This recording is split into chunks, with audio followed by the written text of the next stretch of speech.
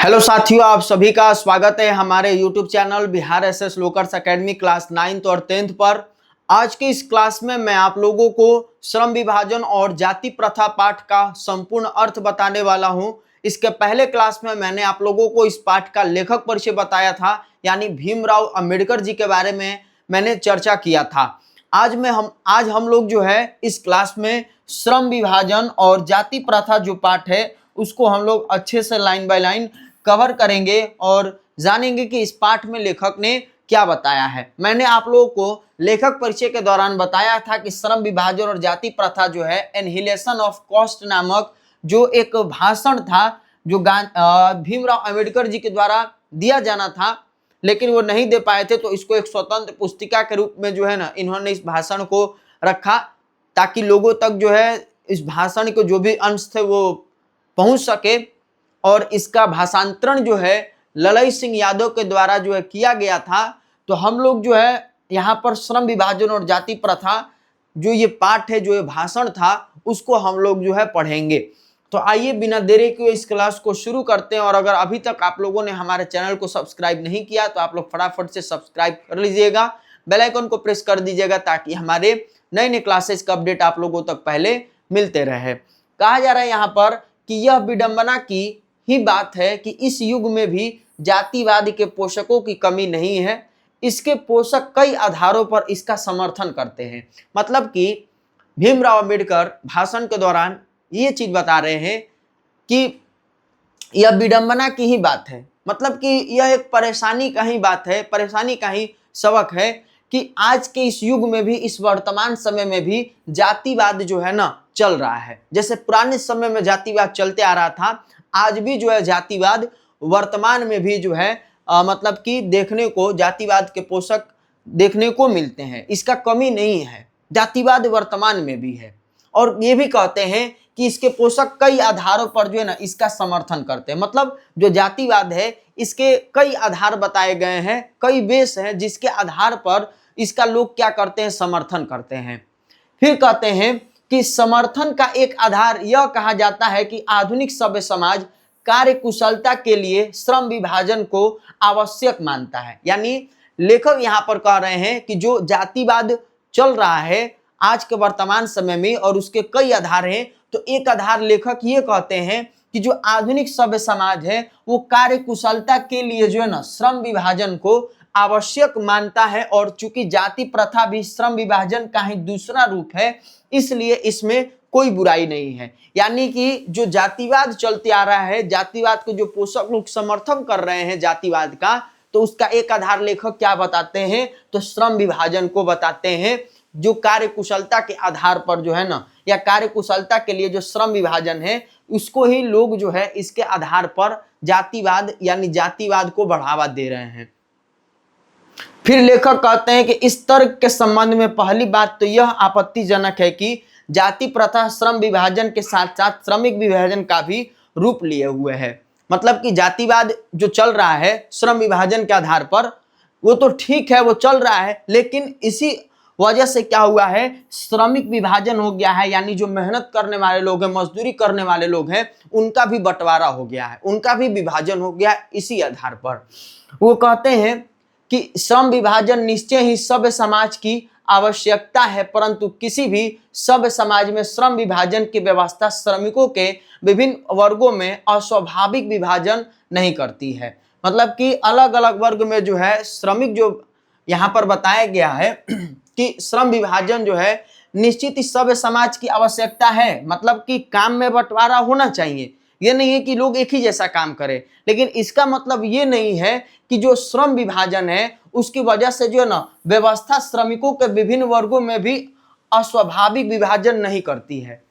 यानी कि जो व्यक्ति अगर किसी भी तरह का काम कर रहा है तो उस आधार पर जो है उसको विभाजित नहीं कर दिया जाता है, जाति में बांट नहीं दिया जाता है। ऐसा नहीं होना चाहिए, ये चीज बताया जा रहा है कि अगर मान लीजिए कि अगर कोई नाई है, सपोज करिए, मान लीजिए कि वो नाई नहीं है, अगर मान लो कि किसी को मतलब बाल दाढ़ी बनाने आ रहा है, सपोज करना उदाहरण के तौर पे, तो उस तरीके का काम कर रहा है, तो लोग उसको समझ के ये मान लेते हैं कि लग रहा है कि नाई है तबे जो है बाल दाढ़ी बना रहा है। बताइए, ऐसा लोग मान लेते हैं, ऐसा लोग सोच लेते हैं। क्यों? क्योंकि श्रमिक जो उसका श्रम विभाजन है, व्यक्ति का जो काम है, उस काम के आधार पर लोग क्या कर दिए, जाति बना दिए हैं। यही चीज लेखक जो है बताना चाह रहे हैं कि श्रम विभाजन तो निश्चित रूप से सभ्य समाज के लिए आवश्यक है, लेकिन कहा जा रहा है कि किसी भी सभ्य समाज में श्रम विभाजन की जो व्यवस्था है वो श्रमिकों को विभिन्न वर्गों में अस्वाभाविक विभाजन नहीं करती है। मतलब श्रमिकों का जो अस्वाभाविक रूप से बंटवारा है वो नहीं करता है श्रम विभाजन। श्रम विभाजन तो केवल श्रमिकों के अलग अलग काम को दिखाया गया कि हाँ वो कोई ये काम करे तो कोई इस तरीके का काम करे, जाति को तो नहीं दिखाता है, लेकिन लोग क्या कर रहे हैं, बंटवारा कर दिए हैं। फिर कहते हैं लेखक, भारत की जाति प्रथा की एक और विशेषता यह है कि यह श्रमिकों का अस्वाभाविक विभाजन ही नहीं करती, बल्कि विभाजित वर्गों को एक दूसरे की अपेक्षा ऊंच नीच भी करार देती है। अब बताइए, हमारे यहाँ तो बंटवारा है ही काम के आधार पर। भारत में लेखक कह भी रहे हैं कि हमारे यहाँ तो अस्वाभाविक विभाजन ही नहीं है यहाँ पर। इसके साथ साथ जो क्या है, जो विभाजित वर्ग है, अलग अलग वर्गों में जो लोग हैं वो एक दूसरे की अपेक्षा जो है ऊंच नीच में बटे हुए हैं कि तुम इस मतलब कि इस तरह का काम कर रहे हो, हम इस तरीके का काम करें तो हम तुमसे बड़े हैं, तुम हमसे छोटे हो। यानी ऊंच नीच के जो बंटवारा में भी लोग बांट दिए हैं। तो वही कहा जा रहा है लेखक के द्वारा कि ऊंच नीच भी करार देती है, जो कि विश्व के किसी भी समाज में नहीं पाया जाता, और हमारे यहाँ ही ऐसा पाया जाता है। और हमारे यहाँ ज्यादातर जातिवाद इस तरीके से चलता है। तो यही चीज लेखक जो है बताना चाह रहे हैं। फिर कहते हैं जाति प्रथा को यदि श्रम विभाजन मान लिया जाए तो यह स्वाभाविक विभाजन नहीं है, क्योंकि यह मनुष्य की रुचि पर आधारित नहीं है। मतलब अगर जाति प्रथा को कहा जा रहा है कि अगर श्रम विभाजन मान लिया जाए तो ये स्वाभाविक विभाजन नहीं होगा, क्योंकि यह हमारे रुचि पर आधारित नहीं है, हमारे इंटरेस्ट पर आधारित नहीं है, ये तो पहले से बना दिया गया है।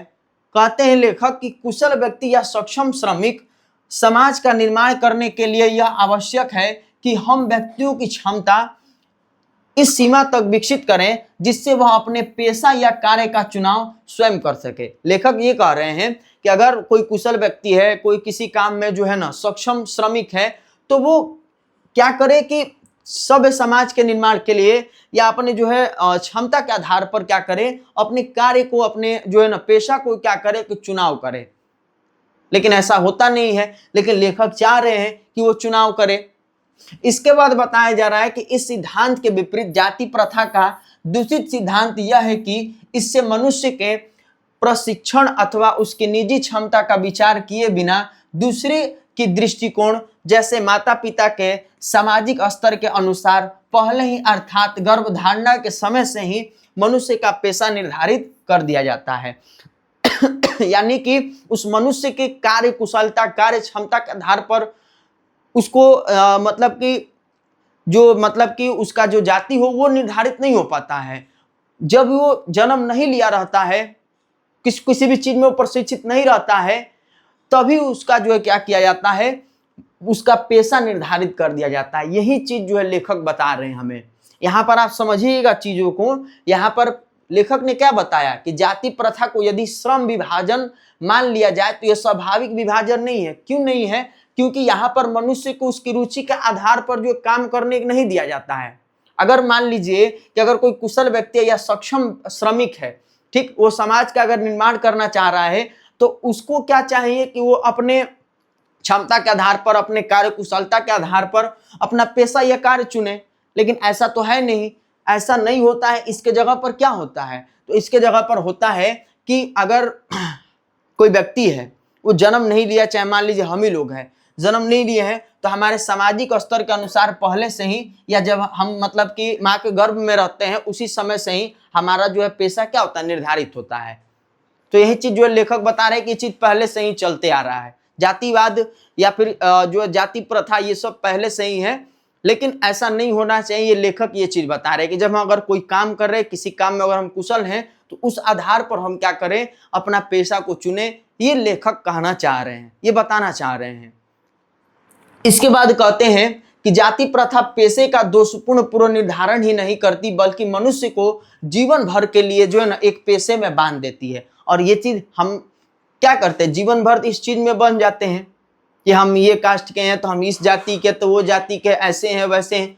हो जाता है कि नहीं, कि अगर हम जन्म लेते हैं तो हमें क्या मालूम होता है कि हम कहाँ जन्म लिए हैं, किधर जन्म लिए हैं। लेकिन जब धीरे धीरे बड़े होते हैं तो हमारे माता पिता, जो हमारे पूर्वज है, वो हमको क्या करते हैं, सिखाते हैं कि तुम इस जाति को हो, तुम ऐसे हो, तुम ऐसे काम करो, ये मत करो, इनके साथ मत रहो, ऐसे रहो। ये चीजें हमको सिखाई और बताई जाती है।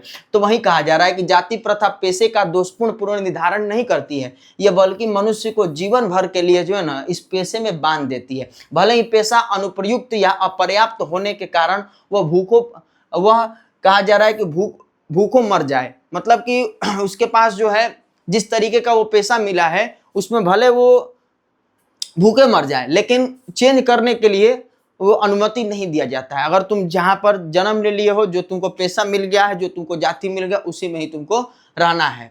कहा जा रहा है आगे कि आधुनिक युग में यह स्थिति प्राय आती है क्योंकि उद्योग धंधों की प्रक्रिया व तकनीक में निरंतर विकास और कभी कभी जो अकस्मात परिवर्तन हो जाता है, जिसके कारण मनुष्य को अपना पेशा बदलने की आवश्यकता पड़ सकती है। मतलब आगे के समय में, यानी उसी वर्तमान समय में या आज के समय में लेखक ये बता रहे हैं कि उद्योग धंधे या प्रक्रिया व तकनीक इतना बढ़ गया है कि ऐसा होता है कभी कभी, मतलब ऐसा नहीं कर सकते कि सभी लोग करते, कभी कभी ऐसा होता है कि मनुष्य क्या करता है कि इस बदलती हुई परिस्थिति या आधुनिक समय में उद्योग धंधे इन सभी के बढ़ने की वजह से वो क्या करता है कि कभी कभी अपना पेशा बदलने या बदल लेता है। पेशा मतलब जो काम, जैसे मान लीजिए कि आप इस जाति के हैं, आपको जो है, मतलब आपके जाति के लोग ये काम करते हैं, लेकिन आपने क्या किया, उद्योग धंधों या फिर इस सब को विकसित होने की वजह से आपने अपना काम छोड़ के दूसरा काम कर लिया। तो काम आप बदल रहे हैं, लेकिन आपका जाति क्या बदल रहा है, नहीं बदल रहा है।